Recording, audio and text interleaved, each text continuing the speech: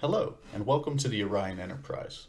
I'm really excited today to announce the video series I'm going to be doing for the 3.21 Path of Exile League Start. What it is it's going to be a three-part series where I'm going to be talking about how to build and craft the perfect league starter every league start.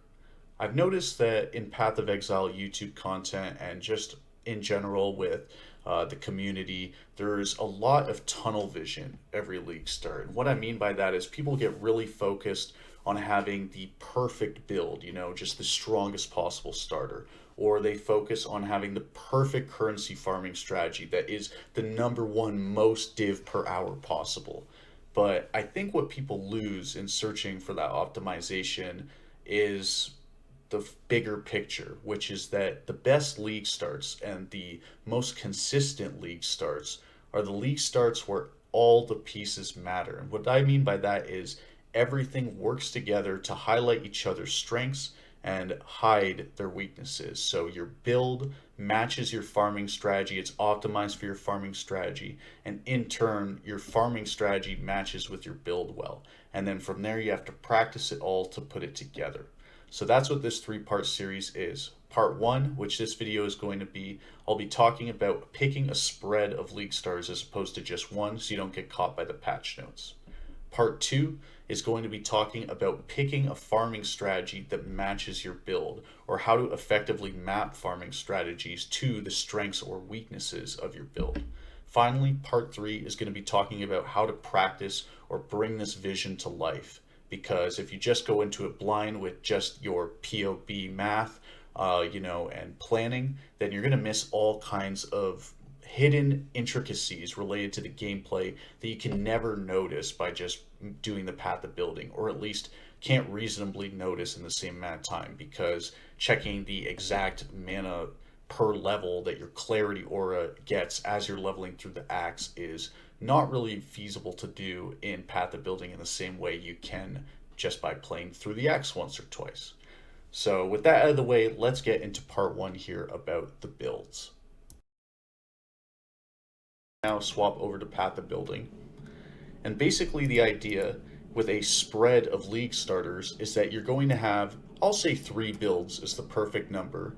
3 different builds that are going to aim to use as different of possible gear, as well as start in as different of possible places on the tree.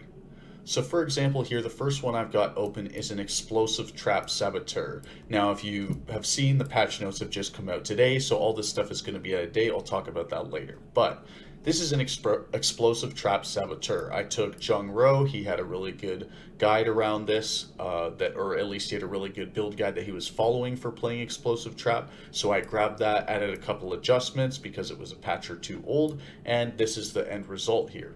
So this is one of 3 builds. This is being played from a shadow or trapping standpoint. It's using a couple of common catch-all items that there will be duplicates of, like the Devouring Diadem or Leadership's Price, but ultimately it doesn't have any ridiculous chase items because both of these the build is still functional without, it's just weaker. And this is just overall a solid league start build. We can talk all day about what a good league starter looks like, and I think there's a ton of YouTube content already about that. But for all intents and purposes, let's say that this is a solid league start build. And it's being played again as a trapper, a very distinct and unique playstyle in the top right part of the tree. Next, let's go to what I actually played in 3.20. So this is not necessarily a guide in the same way that the last one was, or a fleshed out build. This is actually a live take of the character I played at League Star. So it was level 85 at this point, using some really basic starter gear here. Excuse me. And this is what I played at League Start. So this is a Frostblade Raider abusing White Wind and Heat Shiver. Heat Shiver, by the way, escape nerfs in the patch. It's ridiculous. Play Cold Hit this league. We'll talk about that later. So this is the build that I played at League Star. I did that Devouring Diadem Rush strategy, which if you have seen on my channels, my other Path of Exile video, basically rushing to farm Devouring Diadems through a Betrayal mechanic. This is the build I played. It worked really well for me last league. I had an excellent league start, and it was employing this technique that I'm going to talk about in this series of a build that's really tailored to the farming strategy, or that the strengths of the build are highlighted in the farming strategy. So this is another one, Frostblade Raider. Now, there is admittedly not enough change, ideally, in terms of location on the tree. This is right beside Saboteur. There's definitely some overlap in terms of the nodes, but the build is still very different, both thematically and in terms of the items it's using. It's using Heat Shiver, while the last one used Devouring Diadem. It's more of an attack-based build and using attack-based items and Frenzy charge stacking items here, as opposed to in the last build going for more crit and spell focused things. So even though they're quite close on the tree, there is still a lot of difference in terms of the items they're using and in terms of the ways that they scale.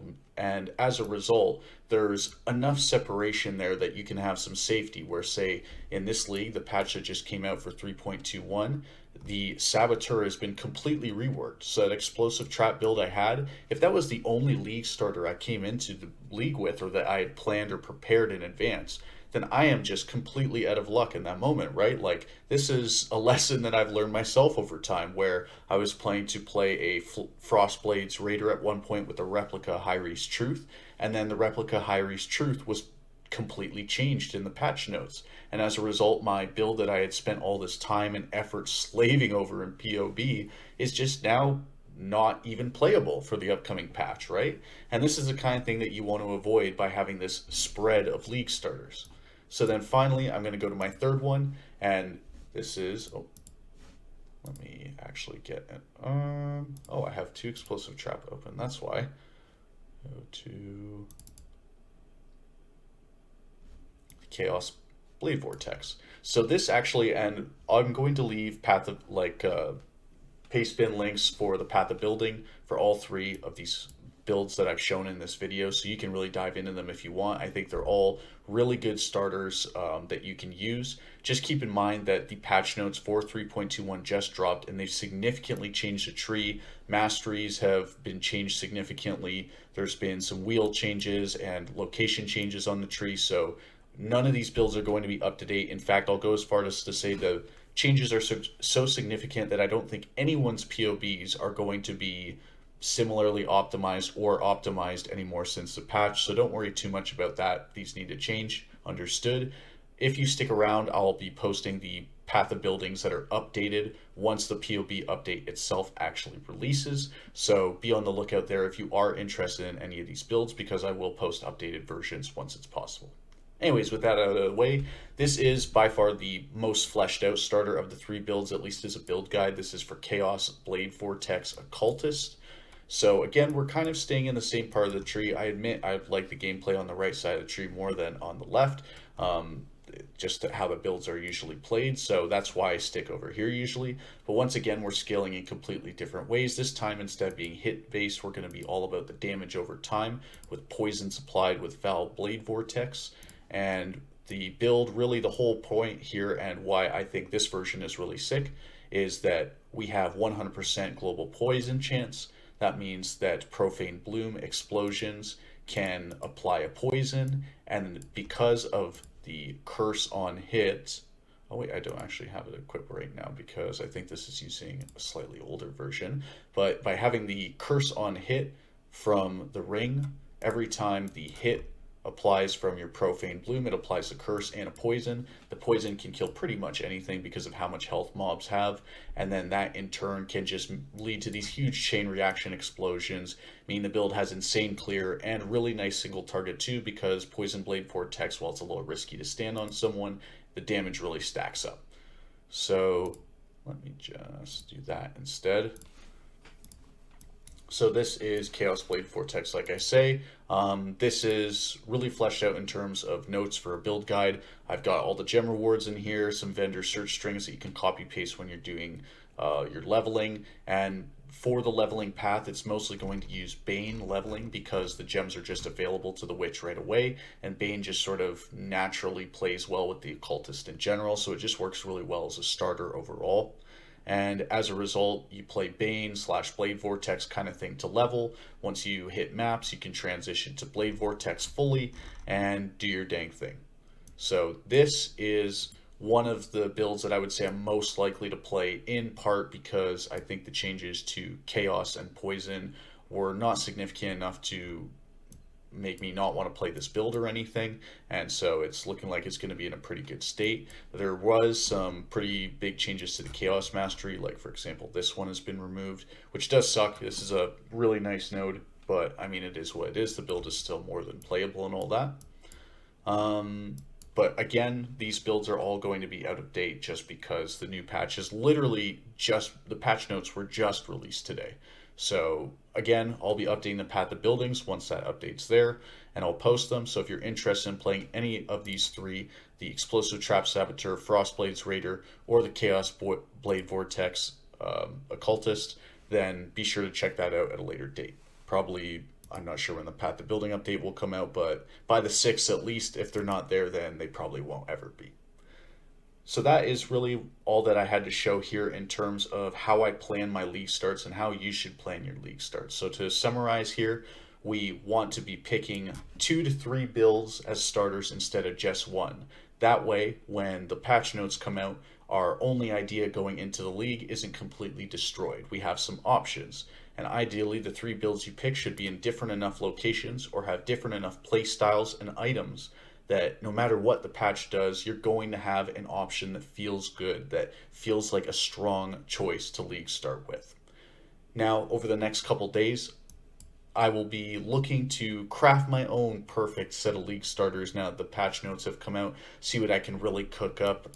Trickster, I think, is just going to be the class to be as a little sneak peek, because Polymath with the new masteries just is a no-brainer in my head, as well as the new jewels that give ailment immunity based on spell suppression.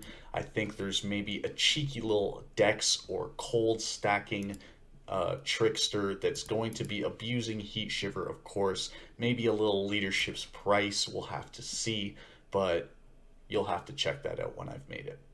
Anyways, that's all for today. Thank you so much for checking this out on the Orion Enterprise. Have a good one.